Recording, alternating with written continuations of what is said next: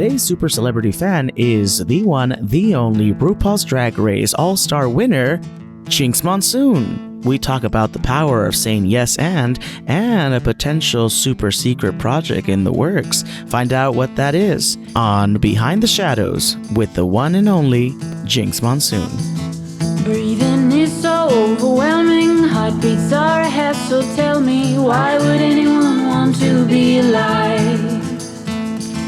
Death might have a reputation before she arrives, but trust me, we have way more fun in the afterlife. We have way more fun in the afterlife.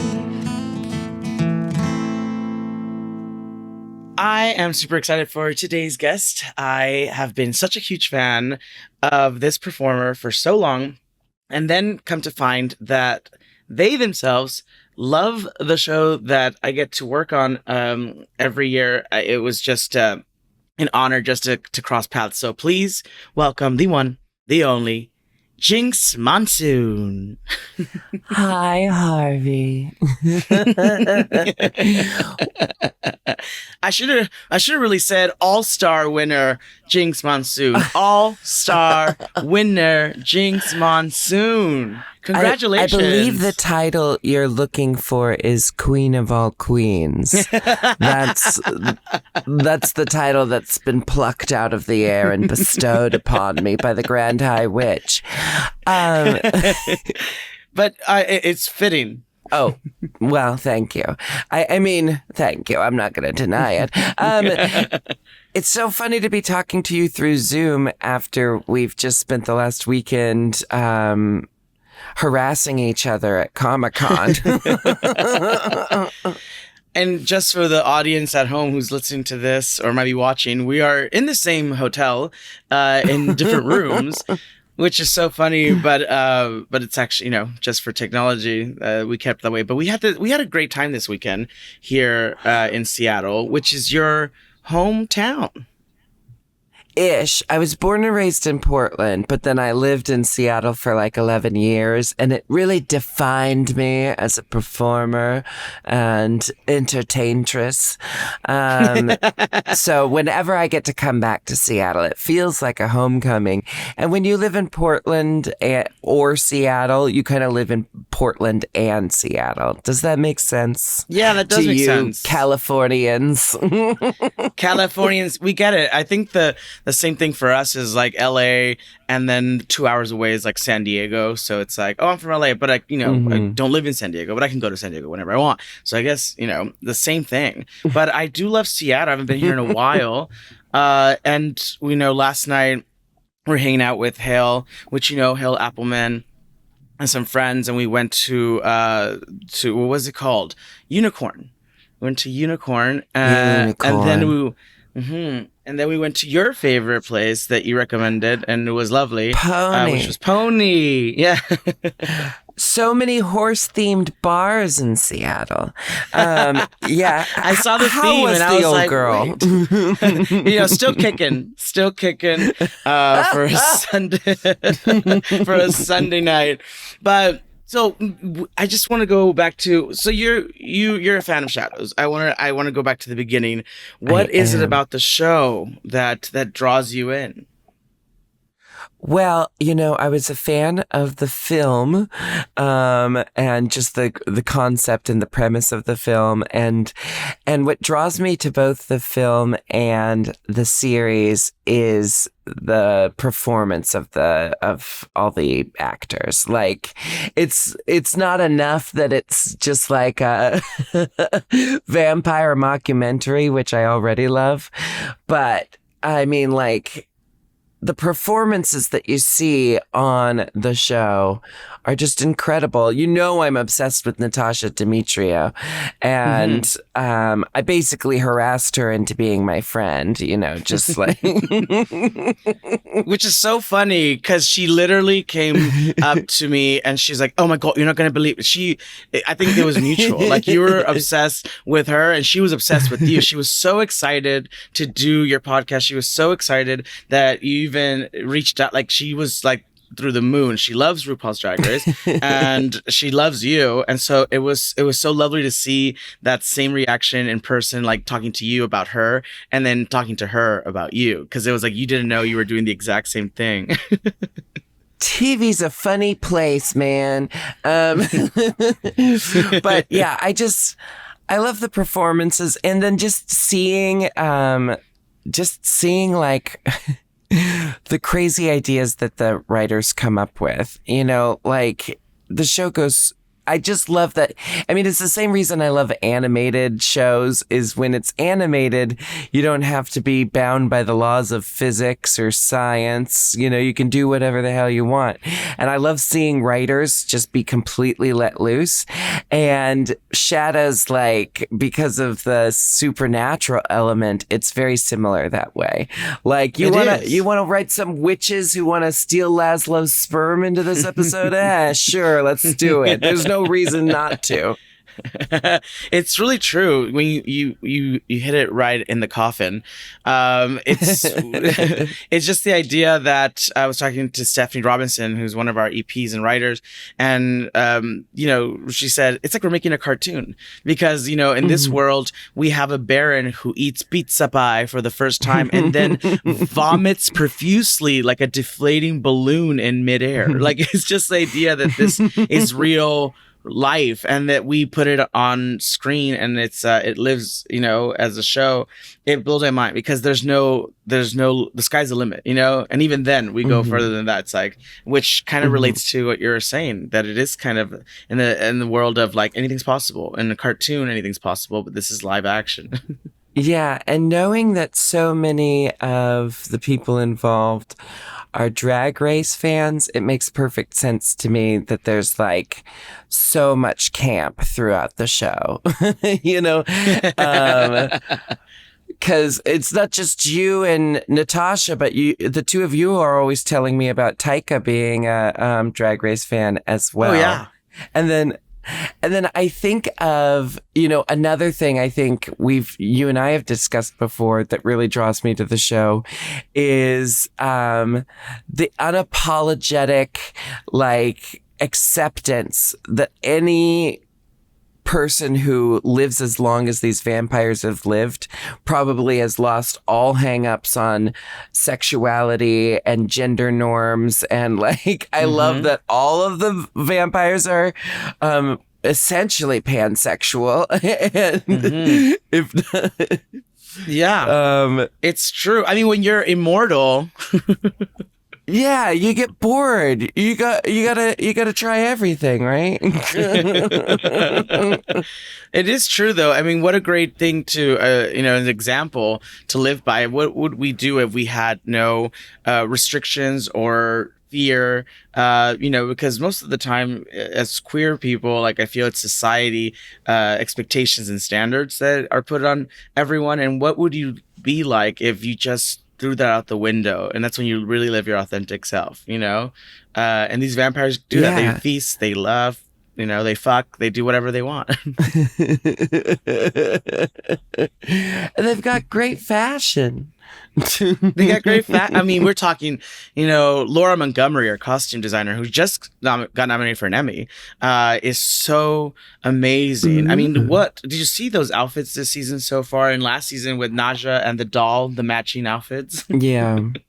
Oh, I gotta say, the doll, you bring up the doll, and I just have to say that's another moment when the show, like, I was like, okay, this show has decided that they can do anything they want. Because one thing I love, and my best friend Kenny, who's I'm like a witch nerd. Kenny is a vampire nerd. Of course, there's overlap, but I love watching, because, every vampire show or movie or franchise has their own set of vampire rules. These ones can go in the sun. These ones can't. These ones, you're the like most glamorous version of yourself. These ones, you're frozen in time whenever you get bit.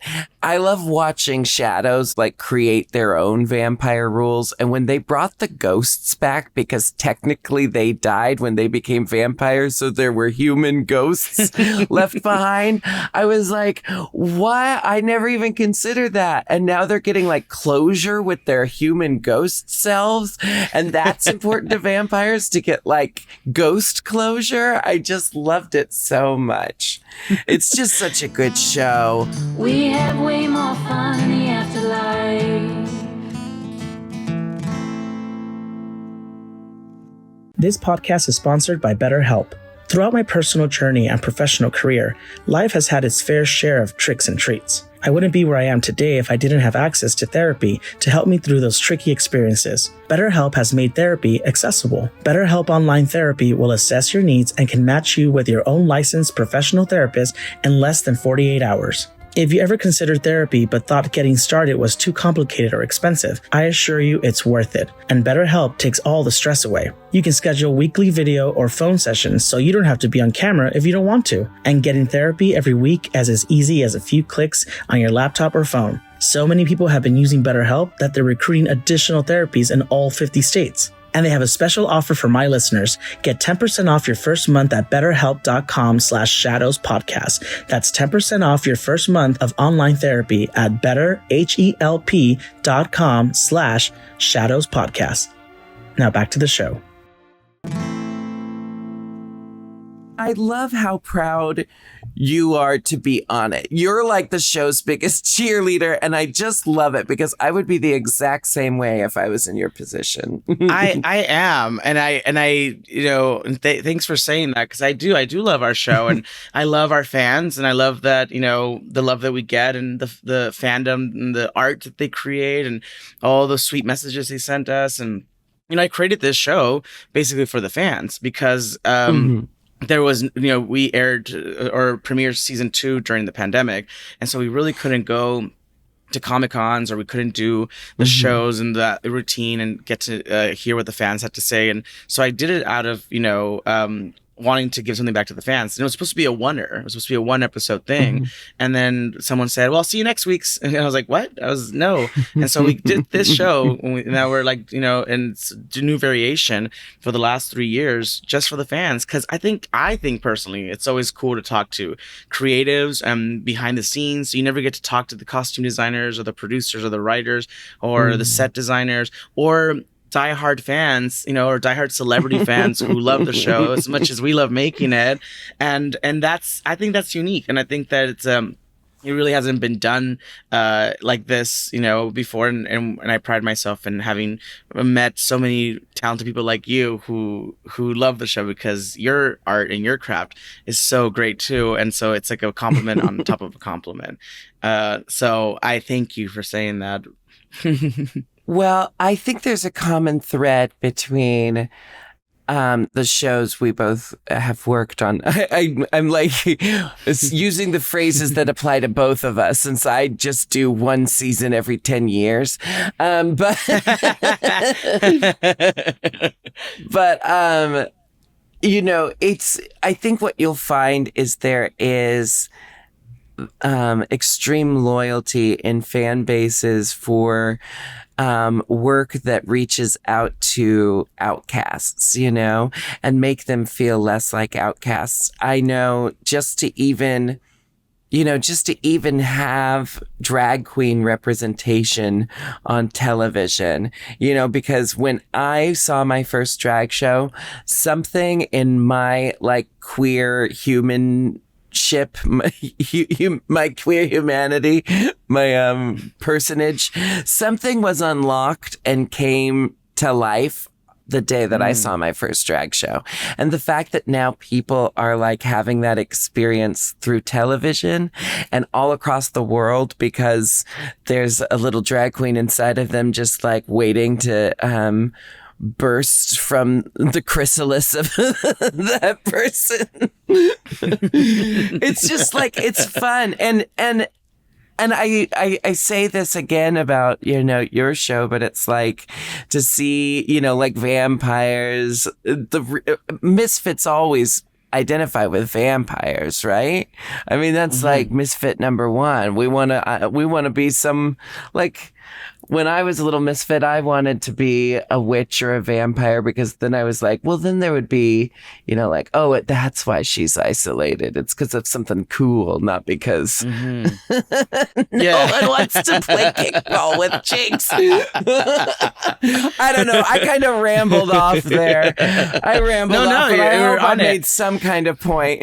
No, you made a great point, and the idea, that is true. The kids in the playground who feel like they're weird or they stand out, they long for something like watching, a show where they can be awaken into like, whoa, that's a world I didn't know about. I didn't know it was a possibility. I personally get people come up to us even this weekend at the con, people who are, Latine or plus size or full body or queer.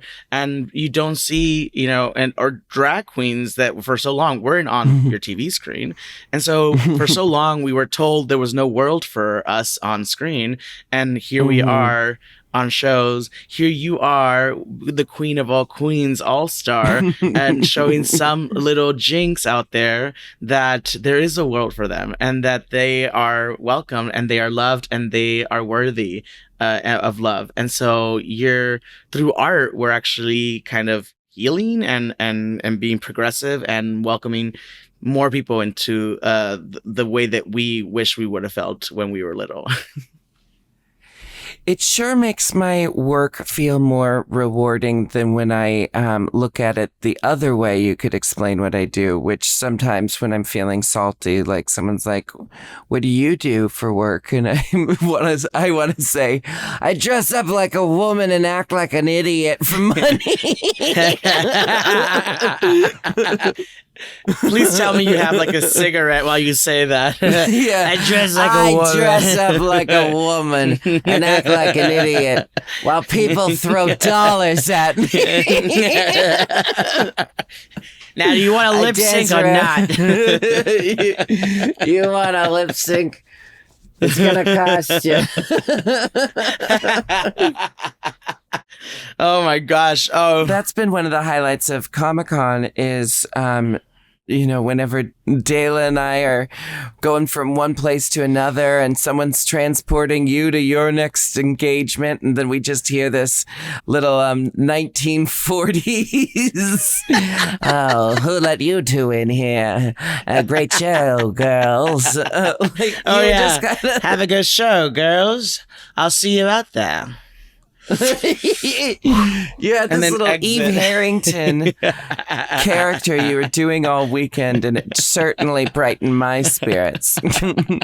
Did you meet anyone at Comic-Con? I did. I was gonna say what I love about you, Jinx, is that you are yes and, which I think this is why you love the show so much, because that is the world we live in. It's like an improv. The rule number one is yes and.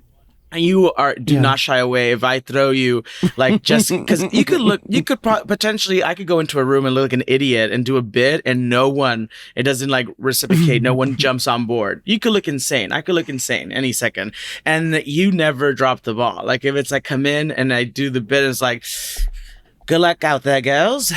You're gonna need it, and then like walk out and you're like, oh, she's absolutely terrible, like the idea that you go yes and. Well, I mean, I do, because I love that kind of shit, but I'm also a Virgo, so sometimes when I'm yes-anding, I convince myself I took it too far, and the other person is just laughing and playing along because they're too afraid to tell me that I hurt their feelings or something. Because I will commit to a joke. I committed to a joke. I committed to a joke with you. I also committed to a joke. All these people were like following me into the green room, and I forgot they were like just inches behind me, but I walked into the green room and just like immediately walked out of my shoes after being in my heels for like 5 hours, and I just left them at the threshold of the door, and then my agent walking behind me was like, like I was like, oh my God, I committed to the joke too hard. I just thought it was so funny that it was like the shoes couldn't enter the green room. And I did it pretty masterfully, but I created a walking obstacle for my agent. Anyway, I saw that. I was there. Yes, and I saw that happen. And I thought it was a bit that your agent was in on, because when you came in, you kicked the shoes off. They went flying. One of them went behind you, and I was like, and your agent literally, I think one of them, she leaned down and grabbed it, like, oh, Jinx, your shoe, you lost your shoe. And I thought it was so funny. I was like, is this a bit? I was like, oh my God, this is a great bit. It now includes other people. It's ready to go. It's ready to tour. It's we're ready to go. This is how I start every show now. It's with this bit. We have way more fun in the afterlife.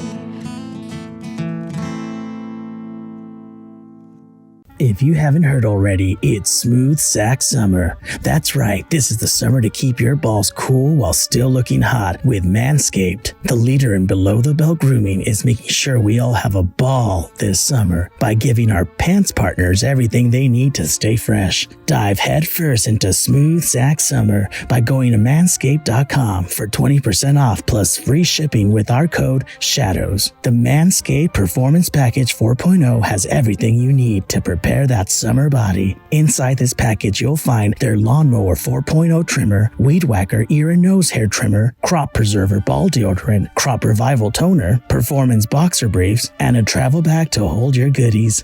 Did I mention this trimmer is waterproof too? Beach, lake, or shower, this razor will devour even the strongest eternal pubes. Get 20% off plus free shipping with code SHADOWS, manscaped.com. That's 20% plus free shipping with code SHADOWS at manscaped.com. It's Smooth Sack Summer, boys. Get on board or get left behind. Speaking of shows, you are doing a tour. And I'm super excited. We got to catch you on your last tour. Natasha, Matt Berry, and we got to see you in Toronto. That was such a crazy night. Do you remember how people were like chanting and they were choosing sides between Dayla and I, even though we were like in the show together, but they were like, Jinx killed Dayla. It was a nuts they decided night, but it was a lot of fun. It was nuts. It was fun. I know you never, like, no one announced that. No one said anything. It was just the audience themselves took it upon themselves. It was like, Jinx killed it. And I was like, what? It was like a wrestling match or something, but we were just putting on a holiday drag show. Speaking of the show, it was so good. It's so funny and so clever. You're such a great performer on stage, and I think that translates to on screen, obviously. But I think like if more people saw how many layers you have on stage, like your nuances, like it's just so great to see you as a performer. The other day, even here in Seattle, I was walking outside, and you were in the middle of singing a Hello Dolly song, and you, well, hello Dolly, and you committed, and it was just like, and I was like, Jinx is so talented in the parking lot of the valet parking of the hotel, and I was just like, I love that. I love your energy. I love that it doesn't matter where you're at, you are oozing talent and positivity. And I love that. I think that's, I think we need more of that. And I'm hoping that I get to see you in person more, because I love your energy. It's just always so great. And I can't wait to see this next round of the tour that you're doing. Well, thank you, Harvey. And talk about yes, and you started singing Hello Dolly with me. We were doing a full-blown MAME revival outside our hotel. It's true. Yeah, we've gotta find a project to work on together, because I can just imagine you and I riffing off of each other with purpose. If this is what we do with no purpose, imagine if we had like a script and a storyline in front of us. Imagine if someone were asking us to do any of this. You heard it here first, folks. You heard it here first. I mean, it's true. Maybe we should ask the fans, the audience, if they have any ideas. If you have any ideas, comment, and send us your ideas, and we'll take a look and see what looks cool. Pitch us your ideas. What we're saying is, come pitch Jinx and I your idea for us. Gang, go. Yeah, why do we have to do all the work? Yeah, I don't like it. Going back to the idea of a show and shadows, I want to ask you, what is your favorite episode so far from all seasons? Oh, my favorite episode so far. Well, the ones I've already mentioned, the ghosts, the witches stealing Laszlo's sperm. Those are two highlights for me. I really loved watching Nadja and Nandor fight over the Vampiric Council. I love that Kristen Shaw has been, it feels like her part's been getting beefier. Let's see. Okay. I'm trying to think of an all-time favorite episode. This is always hard and interesting at the same time. Ow. You did mention the witches, and I feel like the witches was the first thing you said, but is that overall your favorite, or those moments? I think that episode is my favorite, and the one where Nadja keeps. Is it when they meet Nandor's ex-girlfriend and Nadja keeps screaming, "I don't hate fucking Jean!" Yeah. Oh, yeah. When I Gail. think that might be my favorite episode. Gail, I don't hate fucking Gail. I love that one. I think that might be my favorite episode. That's a great episode, and it references the scene in Twilight. So we do the kickball scene, and we're playing with the werewolves, and it's like literally mimicking that. That was beautifully shot too, in the middle of a winter storm. That was like the week that we had a big storm in Toronto, so we had to do all the kickball scenes in the field of just snow, like 8 inches of snow that fell that night, and it was just the most beautiful, like, tragic goth looking, it was a great episode. And then Guillermo getting jealous as well of the relationship with Gail. Oh, that was a good one. Will they won't they situation with Guillermo and Nandor. I mean, and I even though I know Colin Robinson is designed for you to not like the character, right? Like, that's, if you don't like Colin Robinson, I think that means the writing's doing its job, right? But I also I love the episode where they're trying to figure out more origins about energy vampires, and they get sidetracked by the siren. My favorite episodes are always ones that bring in another mythical character, because I love seeing the vampires interact with other mythical characters. That's why I love the witches and the ghosts and I just love Nadja's prejudice against witches. I love those details. She spits when she says it. Yeah. Yeah. As a nerd who loves, I love, piecing together lore and stuff. That's the stuff that really draws me into fantasy shows. I love that too. And we always introduce something. This season, we introduce gnomes that come to life, fairies.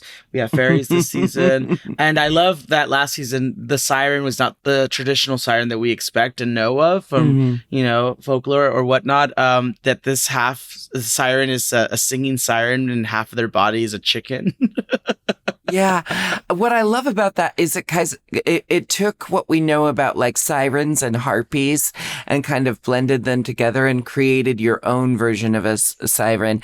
And I love that kind of stuff. That's why I love the writing, and I'm just such a nerd for this show. We have way more fun in the afterlife. Sling TV has something for everyone. All of your favorite shows on your favorite channels, all right at your fingertips. What you watch is totally up to you. It really just depends on what kind of mood you're in. So if you're looking for sports, Sling's got you covered with pro and college football and basketball, baseball, hockey, soccer, golf, racing, and so much more. Sling also has reality TV. I love reality TV. So you can keep up with the latest gossip on today's hottest shows on channels like TLC, Bravo, MTV, and more. And don't forget about news. Get up to date with today's most trusted sources like MSNBC, CNN, and Fox News. Feeling adventurous? Explore thousands of movies and shows, shadows, hello, on demand. So what kind of mood are you in? No matter your answer, Sling has what you need. Getting Sling is easy. Sign up and start watching in just 5 minutes. You can stream on any device and record up to 50 hours with included DVR space. And the best part is you can pause or customize your subscription at any time. Check out sling.com for special offers. Sling, the TV you love for a price you'll love. Try it today. I was going to ask you earlier, even though it kind of changes the topic a little bit, but I'm very curious because I was nerding out, even though we've chatted and interacted here and there, I still get nerdy excited to see you out at events and stuff and when we get to riff off each other. I was really excited to meet Hale. But I also was like freaking out because there were some voice actors from Futurama and people kept telling them I was like a huge fan. And like next thing I'd know, Morbo, the news monster, would be behind me, like yelling at me, or Calculon. And then I got to meet Phil Lamar, who's just lovely. And so I was wondering, was there anyone you nerded out over meeting this weekend at Comic-Con? And you can't say me and Dela. Well, there goes that answer then. I mean, yes, I always just, geek out when I see you both. It's lovely. And here at the Comic-Con this weekend, that I will say I got a little freaked out to meet the beautiful, wonderful Elvira. You just is so iconic. You're and never we have a prepared. picture. You're never prepared. We have a picture with her, and it is so iconic. We recreated the Sophia Loren and who was it? Blonde. It was the picture when she's looking down her top because she's full. Oh my God, what is it? It was the blonde bombshell. I can't think of the name of the actress. I feel like everyone says it's Marilyn Monroe, but it's not Marilyn Monroe. Not. It's not Marilyn Monroe. Is it Ursula Andress? No. It was the other studio's version of Marilyn Monroe, because Marilyn was at 20th Century Fox, and this person, what is their name? Blondie Blondin. Blonde Blondin. I gotta look this up because Blonde Blondin is gonna ruin. Blonde Blondin is gonna. Oh my God, I have to look this up. Wait. And also they had they were also connected or associated with like the Church of Satan. It was like this whole thing. I was like a documentary that I saw. What is their name? Jane Mansfield.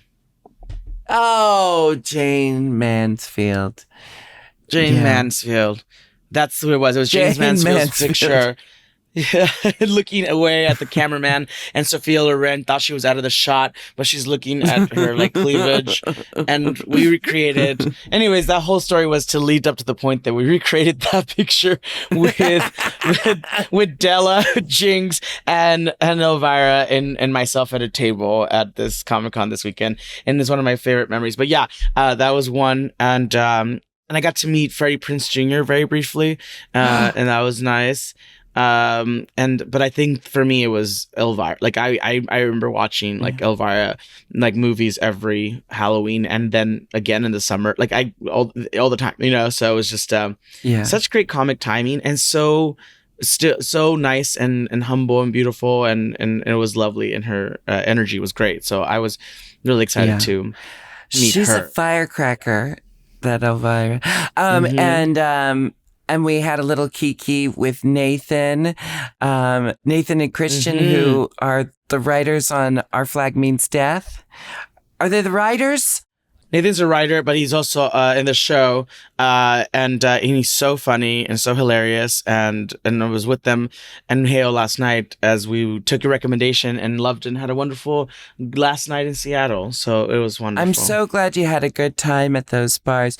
I mean, now that I don't drink, I'm less inclined to go out to a bar. Imagine that.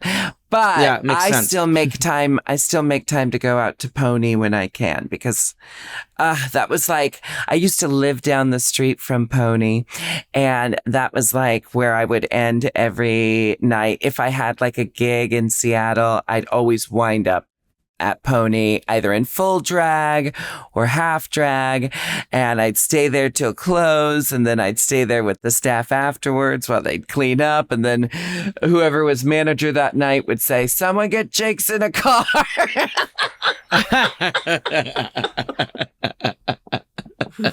Oh, Pony, the memories will live on forever. Did you take photos in the photo booth? No, I saw it and I walked by and I looked at it. I was like, oh, it was actually very calm and quiet. It was a Sunday night, so obviously it wasn't too busy, and they have a nice patio. We were just lounging in the patio, but it was lovely and it was great. It was really cool. I wish I would have taken photos in the photo booth now that I think about it. Well, that only means I have to come back to Seattle. Exactly. It's okay. Well, we have asked all our guests this season on the show this question, and I want to ask you. As you know, this season, Naja opens up a nightclub, and it's Naja's. If you, Jinkx Monsoon, had a drink at Naja's that was consumable for humans, not vampires, but for humans, what would that drink be called, and what would it consist of?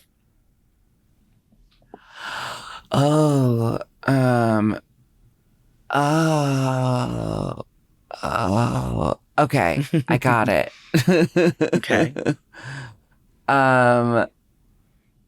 It would be called the Redhead Redemption, and it would be like cherry liqueur set on fire, served in like a goblet, maybe like with lavender kernels in it. I don't know. That sounds good. I like that. I want it. We'll see it at Naja's really soon. Well, it's been so wonderful talking to you, Jinx. It's always so nice to see you in person, to talk to you, your energy. I can talk forever about how wonderful I think you are, and I love that. We could talk or not talk for hours. Oh my gosh. We have to think of something. We have to do, even if it's a one night woman show. We do one night in Vegas. One night in Vegas. I love it. But thank you for coming on the show. I love that you watch What We Do in the Shadows.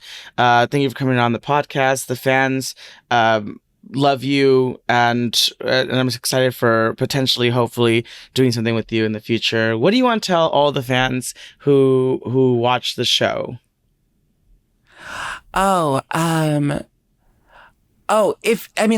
All of these performers, you might have to look in international distributors to find it, but all of the performers on What We Do in Shadows have other wonderful shows that they're a part of that are just as hilarious. I've watched Stathlet's Flats and Natasha and Ellie, which are two shows that Natasha's also on.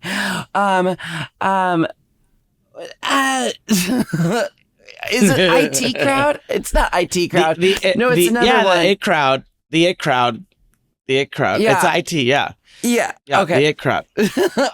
Well, anyway, the performers on What We Do in Shadow have go find their body of work because I see a lot of it because I work in the UK so often. Oh, international travel. Ever heard of it? It's true. You have to go check it out. Check out all of Matt and Kayvon and Natasha's work overseas. And if you audience listening right now and watching right now, you should definitely check out this year's tour with Jinx and Ben de la Creme because they are absolutely hilarious. Where can they find information for that, Jinx? Oh, you go to jinxanddela.com. That's jinxanddela.com. And the Jinx and Dela Holiday Tour, this will be our 5th consecutive year creating a new holiday show. Our 4th year touring. We'll be doing the UK, Canada, and the United States. So check out the website and find out where we're going and see this. I'm really excited for this year's show. I can't release anything about the plot yet, but we're taking it strange new directions. I love it. My kind of show. So you heard it here. Get your tickets now before they sell out. And Jinx, thank you so much again. I love you so much, and I can't wait to see you again. I love you too. I love you too. Have a good show, Jinx. Poor Harvey. Poor Harvey. Behind the Shadows is a production of Straw Hut Media, hosted by Harvey Guillen, produced by Ryan Tillotson, Amada Sanchez, and Tyler Nielsen. Original music by Trevor Bumgar and Chris Hendricks, vocals by Maggie Glass. If you don't already, subscribe wherever you're listening, and make sure to follow Behind the Shadows podcast on Instagram for more behind-the-scenes content. And tune in live every Thursday at 1 p.m. Pacific on the What We Do in the Shadows subreddit for an AMA with Harvey and special guests. Breathing is so overwhelming, heartbeats are a hassle. Tell me, why would anyone want to be alive?